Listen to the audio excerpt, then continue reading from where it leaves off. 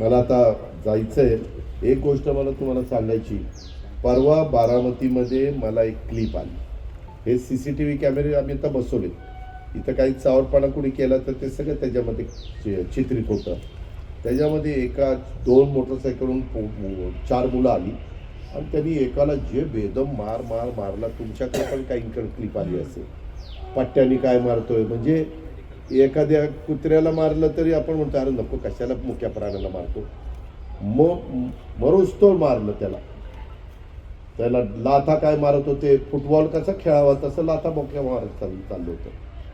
मी पोलिसांना सांगितलं, उद्या अजित पवारच्या जवळचा कार्यकर्ता हनुमंतराव कुणी असलं आणि त्याच्या मुलांनी जरी असलं केलं तर त्याचा बंदोबस्त करायचा.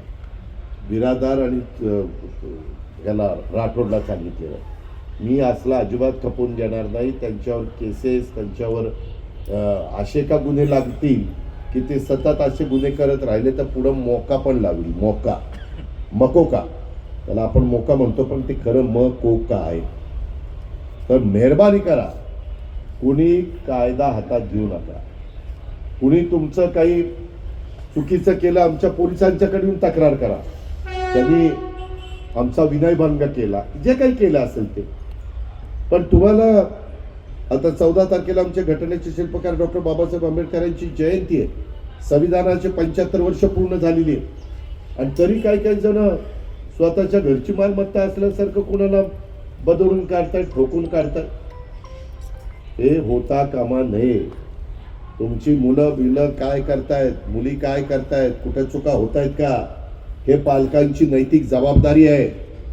ही पालकांनी पार पाडावी, भावंडांनी पार पाडावी, नातेवाईकांनी पार पाडावी. याची नोंद कृपा करून सगळ्यांनी घ्यावी. आणि मला तिकडे फोन येतात मुंबईत, जाऊ द्या दादा ते चुकलं, एकदा पोटात घ्या. पोट फुटायला लागलं काय, पोटात घ्या. काही सांगतात. सांगणाऱ्याला पण लाज लज्जा शरम कशी वाटत नाही की एवढं त्याला बेदम मारलं. त्याला एक शिक्षा कठोर झाल्याशिवाय लोकांना त्याची किंमत कळत नाही. म्हणून आता जे काही वनवे आहेत, जे काही जिथं लोकांना बसायला उठायला केलंय, पार्किंगला केलंय, आता एक गाडी पण पोलिसांना देणार आहे. कुठं टू व्हीलर चुकीच्या ठिकाणी लागली की ती गाडी क्रेनने उचलायची, जप्तच आत्ताच सांगितलंय कलेक्टरला. आणि पोलिसांनी पण लक्ष द्यायचं. आत्ता पण मगाशी येताना रेमांडोनच्या पलीकड गार्डन आहे, तिथं काहीतरी दुपारी काही जण वेगळ्या पद्धतीच्या गोष्टी करतायत. असं नाही चालणार. सगळ्यांना नियम सारखा. ह्याची नोंद आमच्या पोलीस विभागाने घ्यावी, माझ्या कार्यकर्त्यांनी घ्यावी, माझ्या वडीलधाऱ्यांनी घ्यावी, माझ्या बारामतीकरांनी घ्यावी, अधिकारी वर्गाने पण घ्यावी. सगळ्यांनी ह्याची नोंद घ्यावी. पुन्हा एकदा भाऊसाहेब जंजिरे आणि त्यांच्या सगळ्या संस्थेचं आणि सगळ्या सहकाऱ्यांचं, त्यांच्या मातोश्रींचं मी मनापासून अभिनंदन करतो, कौतुक करतो आणि थांबतो. जय हिंद, जय महाराष्ट्र.